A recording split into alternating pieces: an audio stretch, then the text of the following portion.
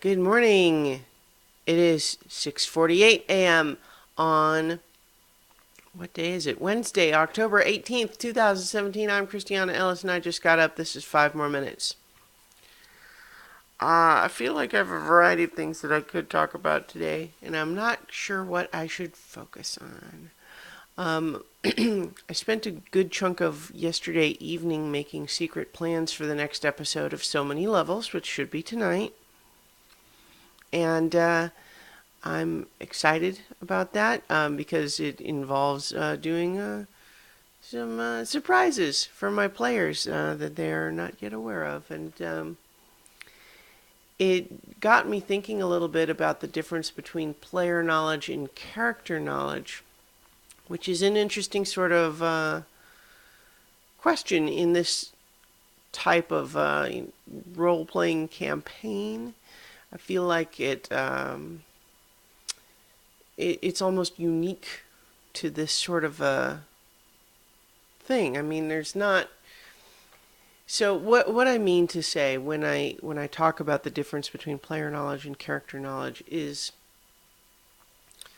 let's say you're playing in a game like Dungeons and Dragons, and all of a sudden, I as the dungeon master are saying, "Oh, you hear a strange sound.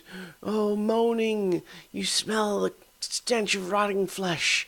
And, oh no, look, the risen dead are slouching into the room." And, of course, as players, they're thinking, oh, yeah, zombies. And because they know the rules of the game, they might know all the different stats that a zombie has.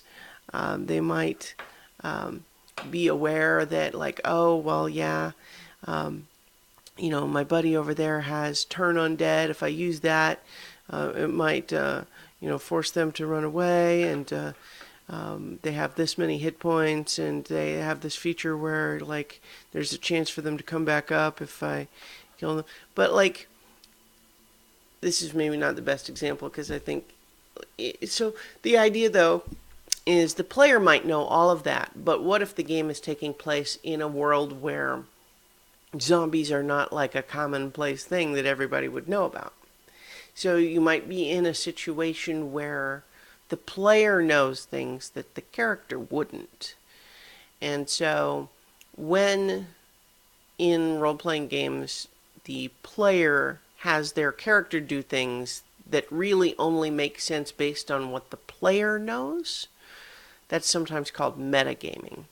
Like to start saying, manipulating the rules of the game to produce a certain outcome in the story when those actions wouldn't inherently make sense within the story itself.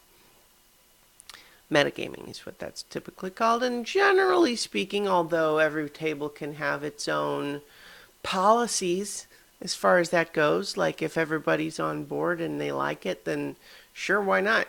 But by and large, I think metagaming is often discouraged because it can break immersion in the storytelling. It's a reminder that you're playing a game rather than experiencing a story. And so, often that's discouraged. But you can start getting into interesting dynamics, when like, to give an example, a few months back, when Mark's character first appeared on So Many Levels, there, he and I had worked together. You know what? That's not a good example anyway. Although, hi Mark, I know you sometimes watch these videos. I guess I'm still just thinking about. Part of what's hamstringing me here is that the specifics of the question that got me thinking about this, I don't want to share yet because it hasn't been, revealed. It's a secret from both the players and the characters. And so you could have a situation where I go ahead and just tell the players what's going to happen. But that kind of spoils the fun a little bit. It's kind of why Like why you don't encourage players to read the whole of an adventure before they start, because you want to discourage metagaming and have them be surprised and allow them to be in the moment, which seems exciting.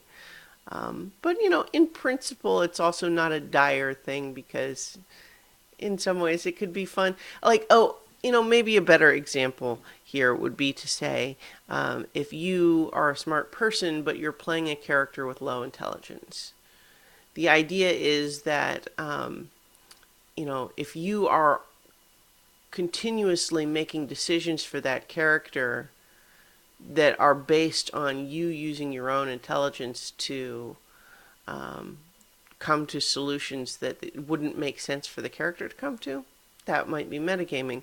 Whereas the fun in playing a character with low intelligence could be, well, having them maybe make poor decisions sometimes, or not figuring things out, and playing that role. I don't know. I'm not sure I've said anything of use in this video, but what else is new, right? Anyway, I've got to go ahead and finish getting ready for work, but I will talk to you guys tomorrow for 5 more minutes, and check out so many levels tonight. And of course, remember about my Extra Life campaign. We're going to play D&D to raise money for children's hospitals, so check out the link in the notes below. And talk to you tomorrow for 5 more minutes.